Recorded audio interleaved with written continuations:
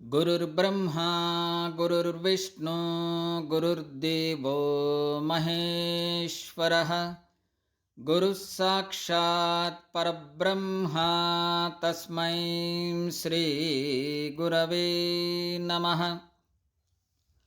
श्री गुरुभ्यो नमः। श्री साईनाथाय नमः। जगद्गुरु श्री दत्तात्रेयाय नमः। ओम श्री साईनाथाय नमः।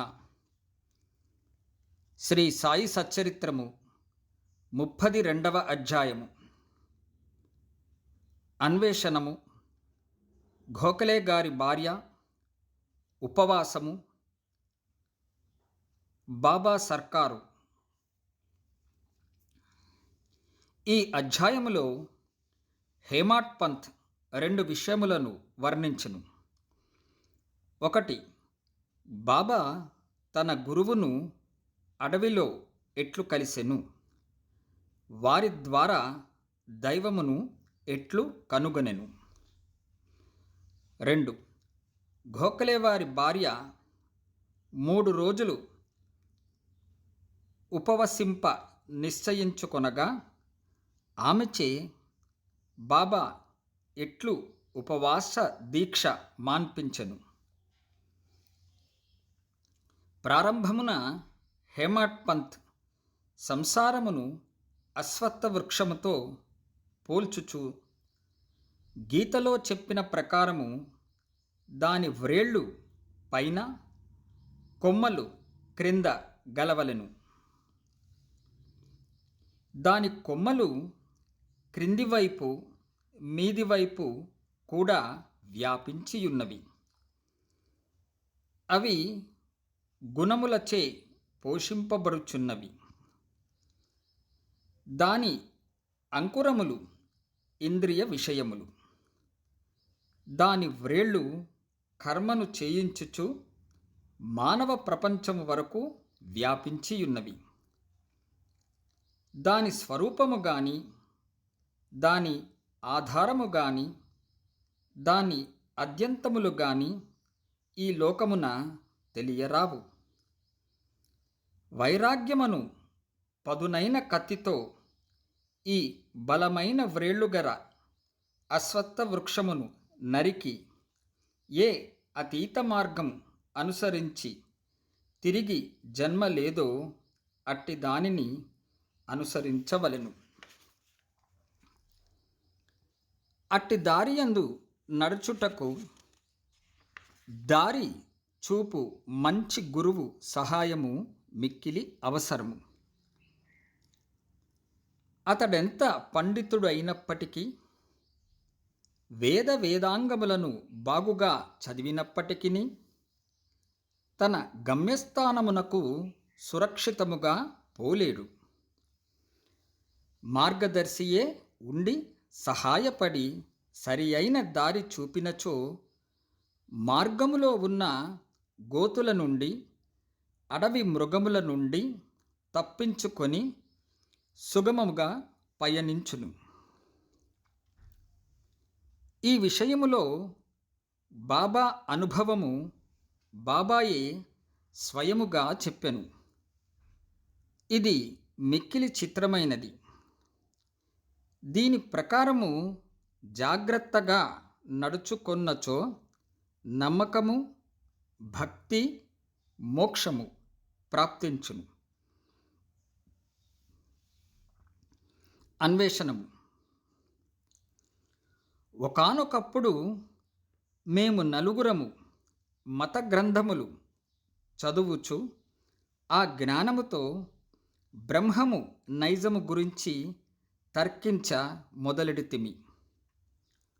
మాలో ఒకడు ఆత్మను ఆత్మచే ఉద్ధరించవలెను గాని ఇతరులపై ఆధారపడరాదు అనెను.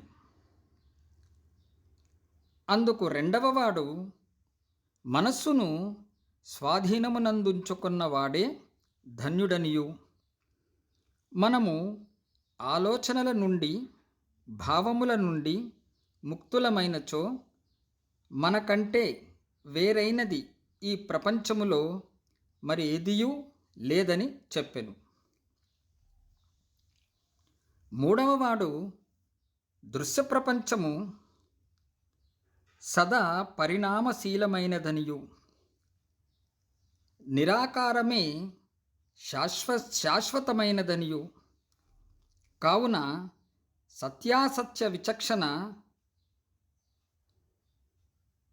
అవసరమనియు చెప్పెను. నాలుగవ వారు అనగా బాబా, పుస్తక జ్ఞానము ఎందుకు పనికి రానిది? మనకు విధింపబడిన కర్మను మనము పూర్తి చేసి తనువును, మనమును, పంచప్రాణములను గురువు పాదములపై పెట్టి శరణు వేడవలెను. గురువే దైవము, సర్వమున వ్యాపించినవాడు. ఇట్టి ప్రత్యయ ఏర్పడుటకు దృఢమైన అంతులేని నమ్మకము అవసరము అనెను. ఈ ప్రకారముగా తర్కించుచు మేము నలుగురు పండితులము భగవంతుని వెతుకుటకు అడవులలో తిరుగుట ఆరంభించితిమి. తక్కిన ముగ్గురు వారి స్వతంత్ర బుద్ధి ఉపయోగించి వెదక నిశ్చయించిరి.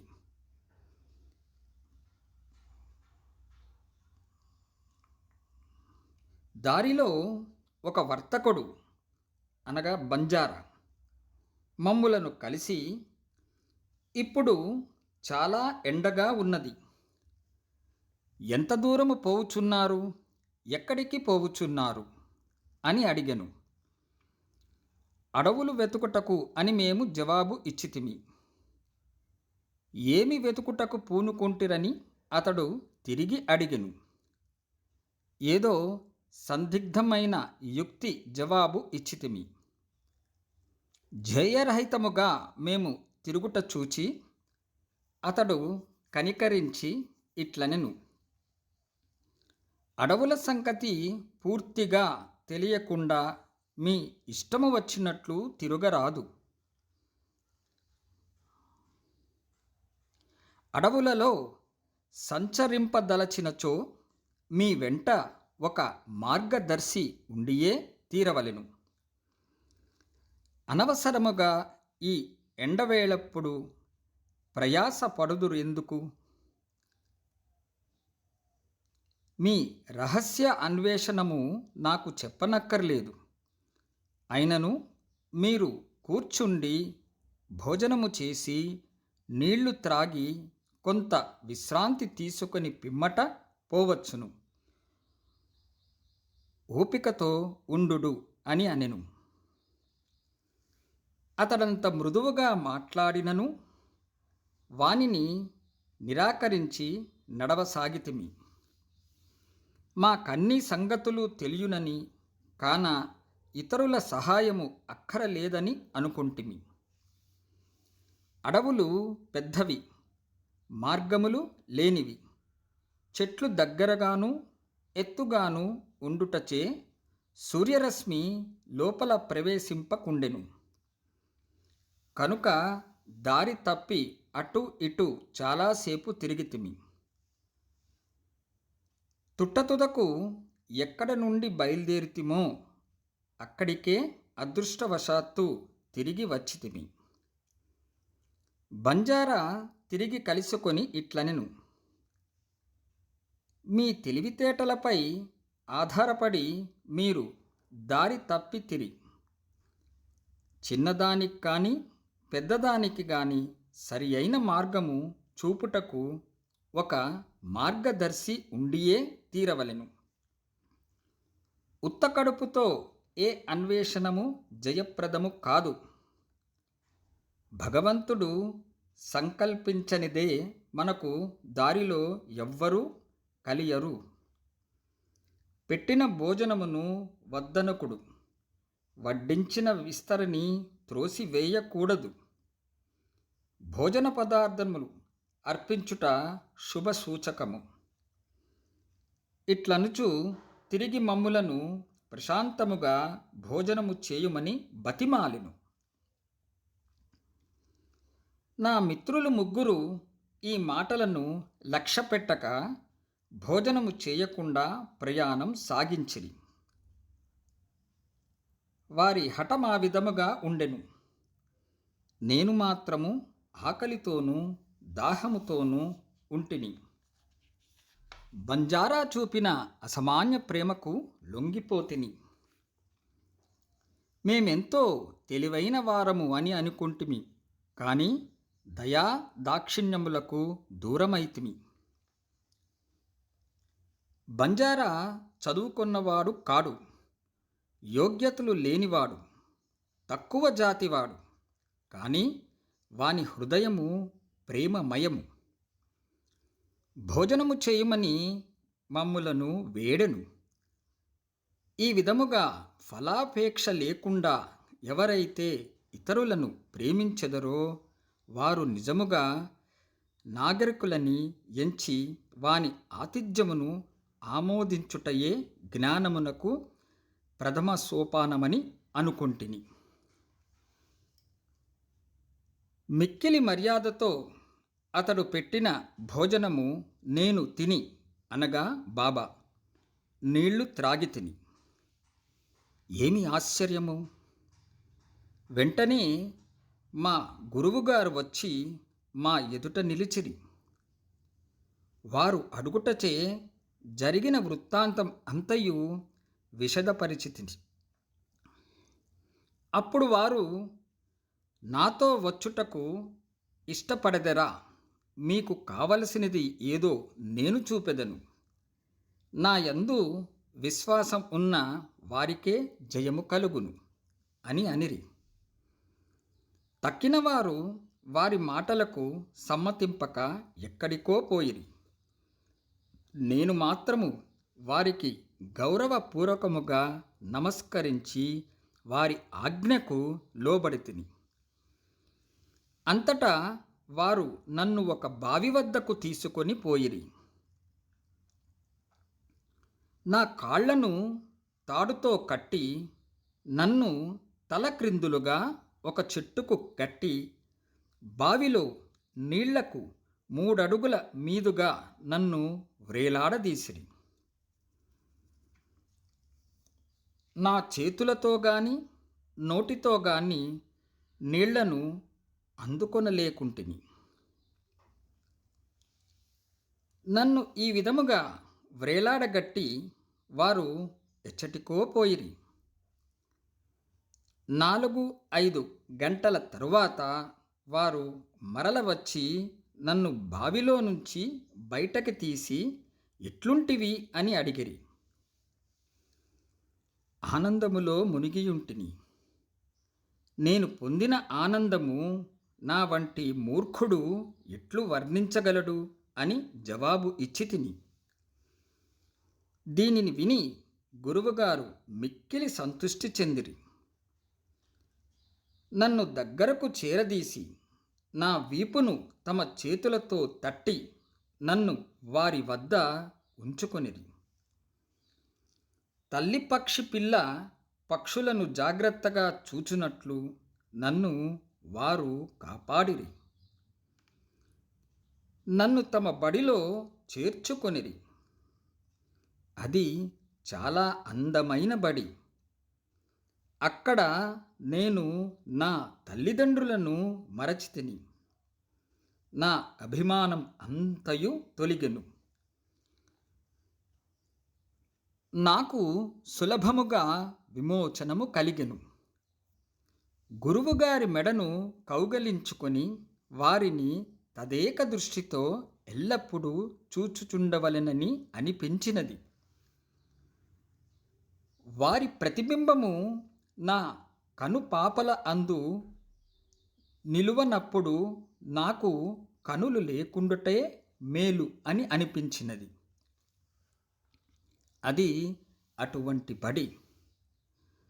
అందులో ప్రవేశించిన వారెవరునూ రిక్తహస్తములతో బయటకు రారు. నా గురువే నాకు సమస్తముగా తోచుచుండెను. నా ఇల్లు, నా ఆస్తి, నా తల్లిదండ్రులు అంతయు వారే. నా ఇంద్రియములన్నీయు తమ తమ స్థానములు విడిచి నా కండ్లయందు కేంద్రీకృతమయ్యెను. నా దృష్టి గురువునందు కేంద్రీకృతమయ్యెను. నా ధ్యానమంతయు నా గురువుపైననే నిలిపితిని. నాకు ఇంకొక దానియందు స్పృహ లేకుండెను. వారిని ధ్యానము చేయునప్పుడు నా మనస్సు, నా బుద్ధి స్తబ్ధమగుచుండెను. నిశ్శబ్దముగా వారికి నమస్కరించుచుంటిని. ఇతర పాఠశాలలో పూర్తిగా మరొక విధమైన దృశ్యములు కానవచ్చును. భక్తులు జ్ఞానము సంపాదించుటకు పోయి ద్రవ్యమును, కాలమును, కష్టమును వ్యయము చేసెదురు. తుట్టతుదకు పశ్చాత్తాపపడెదరు. అక్కడున్న గురువు తనకు గల రహస్య శక్తిని గురించి, తన రుజువర్తనము గురించి పొగుడుకొనుచు తన పావిత్ర్యమును ప్రదర్శించునే కాని హృదయము మృదువుగా ఉండదు. అతడు అనేక విషయముల గురించి మాట్లాడును, తన మహిమను తానే పొగడుకొనును. కానీ అతని మాటలు భక్తుల హృదయముల నందు నాటవు, వారిని ఒప్పింప చేయవు. ఆత్మసాక్షాత్కారం అతనికి తెలియనే తెలియదు. అటువంటి బడులు శిష్యులకు ఏమి మేలు చేయును? వారికి ఏమి లాభము? కానీ పైన పేర్కొన్న గురువు మరొక రకము వారు. వారి కటాక్షముచే ఎట్టి శ్రమలేకయే ఆత్మజ్ఞానము దాని మటుకు అది నాయందు ప్రకాశించెను. నేను కోరుటకు ఏమీయూ లేకుండెను. సర్వము దాని మటుకు అదియే పగటి ప్రకాశము వలె బోధపడెను. తల క్రిందుగను కాళ్ళు మీదుగను ఉంచుట వలన కలుగు ఆనందము గురువుకే తెలియను. నలుగురిలో ఒకడు కర్మఠుడు, అనగా కర్మల అందు నమ్మకము కలవాడు. అతనికి కొన్ని కర్మలు, విధులు, నిషేధములు మాత్రమే తెలియను. రెండవవాడు జ్ఞాని. అతడు తనకున్న జ్ఞానమునకు గర్వించువాడు. మూడవవాడు భక్తుడు, భగవంతునికి సర్వస్వ శరణాగతి చేసినవాడు. భగవంతుడే సర్వమును చేయువాడని అతని నమ్మకం. వారు ఇట్లు తర్కించుచు వివాదపడుచుండగా దేవుని సమస్య వచ్చెను. వారు తమకు తెలిసిన విద్యపై ఆధారపడి దేవుని వెతుకుటకు పోయిరి. వివేకమునకు, వైరాగ్యమునకు అవతారమగు శ్రీ సాయి ఆ నలుగురిలో ఒకరు. పరబ్రహ్మస్వరూపులై కూడా వారెందుచేత ఇతరులతో కలిసి తెలివి తక్కువగా ప్రవర్తించిరని ఎవరైనా అడుగవచ్చును. ప్రజాభిప్రాయమును, వారి మంచిని సంపాదించుటకు, వారికి ఒక ఉదాహరణ చూపుటకును వారు ఇట్లు చేసిరి. వారు అవతార పురుషులైనప్పటికీ ఒక సాధారణమైన బంజారాను గౌరవించి వాని ఆహారమును ఆమోదించిరి. అన్నము పరబ్రహ్మ స్వరూపమని వారి నమ్మకము. బంజారా ఆహారమును నిరాకరించిన వారు కష్టముల పాలైరి. గురువు లేనిదే జ్ఞానము సంపాదించుటకు వీలు కాదని వారు బోధించిరి. తైత్రీయోపనిషత్తు తల్లిని, తండ్రిని, గురువును గౌరవించి పూజించి మత గ్రంథములను అభ్యసించవలెనని అని చెప్పుచున్నది. ఇవియే మన మనస్సును పావనము చేయుటకు మార్గములు. మనస్సును పావనము చేయనిదే ఆత్మసాక్షాత్కారము పొందలేము. ఇంద్రియములు గాని, మనస్సు గాని, బుద్ధి గాని ఆత్మను చేరలేవు. ప్రత్యక్షము, అనుమానము మొదలైన ప్రమాణములు మనకు ఈ విషయములో సహాయపడవు. గురువుగారి కటాక్షమే మనకు తోడ్పడను. ధర్మము, అర్థము, కామము మన కృషి వల్ల లభించును. కానీ నాలుగవది యగు మోక్షము గురువు సహాయము వలననే పొందగలము. సాయి దర్బారులోనికి అనేక మంది వచ్చి వారికి తెలియ విద్యలను ప్రదర్శించి పోయిడివారు. జ్యోతిష్కులు రాబోవు విషయములను చెప్పుచుండెడివారు. యువరాజులు, గౌరవనీయులు, సామాన్యులు, పేదవారు, సన్యాసులు, యోగులు, పాటగాండ్రు మొదలగు వారు బాబా దర్శనమునకై వచ్చడివారు. ఒక మహారు అనగా మాలవాడు వచ్చి జోహారు చేసి, మా సాయి మా బాప్ అనగా తల్లియు తండ్రియు అనియు, వారు మన చావు పుట్టుకలను తుడిచివేయుదురనియు చెప్పెను. గారడివాండ్రు, గుడ్డివాండ్రు, చొట్టవారు, నర్తకులు, నాద సంప్రదాయము వారు, పగటి వేషముల వారు కూడా అచ్చట సమాధరింపబడుచుండిరి.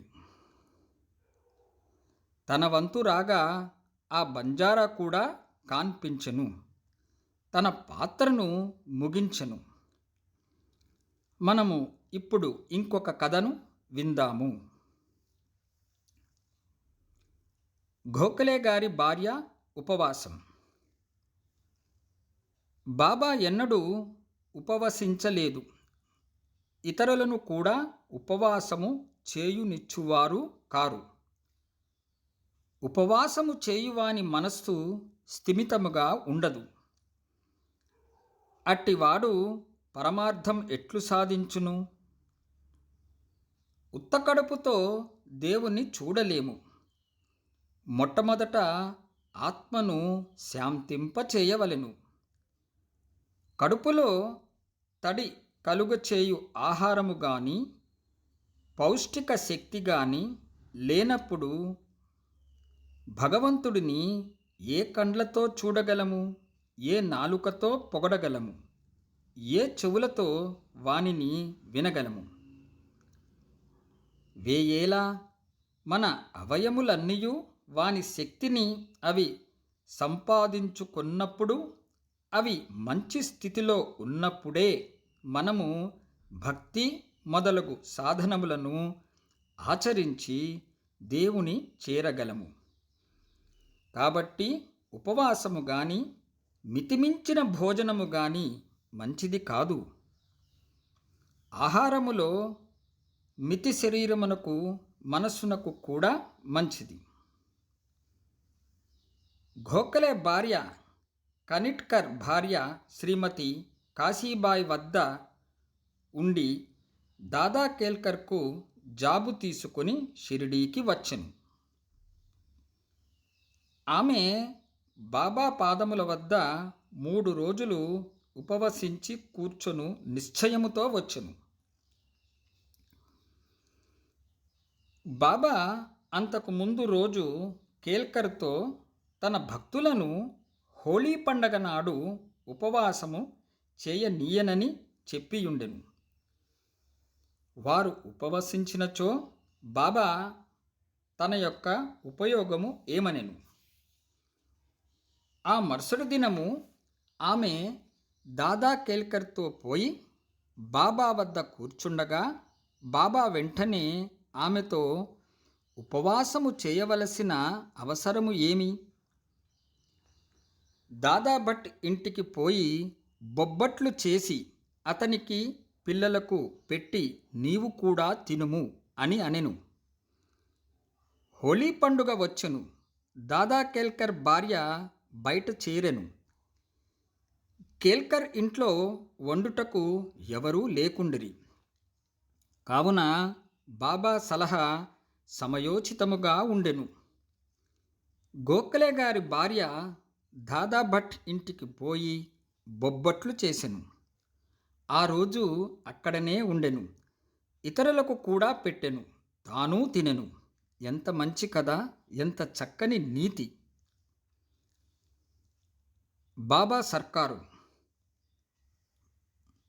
బాబా తన బాల్యములో జరిగిన కథను ఈ విధముగా చెప్పెను. నా చిన్నతనములో భుక్తి కొరకు వెతుకుచు బీడ్గాం వెళ్ళితిని. అక్కడ నాకు బట్టలపై చేయు అల్లిక పని దొరికెను. శ్రమ అనక కష్టపడి పనిచేసి తిని. యజమాని నా పనికి సంతుష్టి చెందెను. నాకంటే పూర్వము 3 కుర్రవాళ్ళు పనిలో ఉండిరి. మొదటివానికి 50 రూపాయలు, రెండవ వానికి 100 రూపాయలు, మూడవ వానికి 150 రూపాయలు. నాకీ 3 మొత్తములకు రెండింతలు అనగా 600 రూపాయల జీతం ఇచ్చెను. నా తెలివితేటలు చూచి యజమాని నన్ను ప్రేమించి మెచ్చుకొని నిండు దుస్తులు ఇచ్చి నన్ను గౌరవించెను.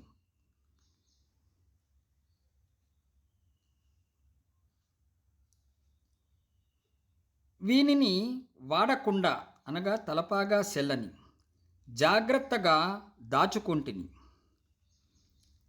మానవుడిచ్చినది త్వరలో సమసిపోవును గాని దైవము ఇచ్చినది శాశ్వతముగా నిలుచును. ఇంకెవ్వరు ఇచ్చినది దీనితో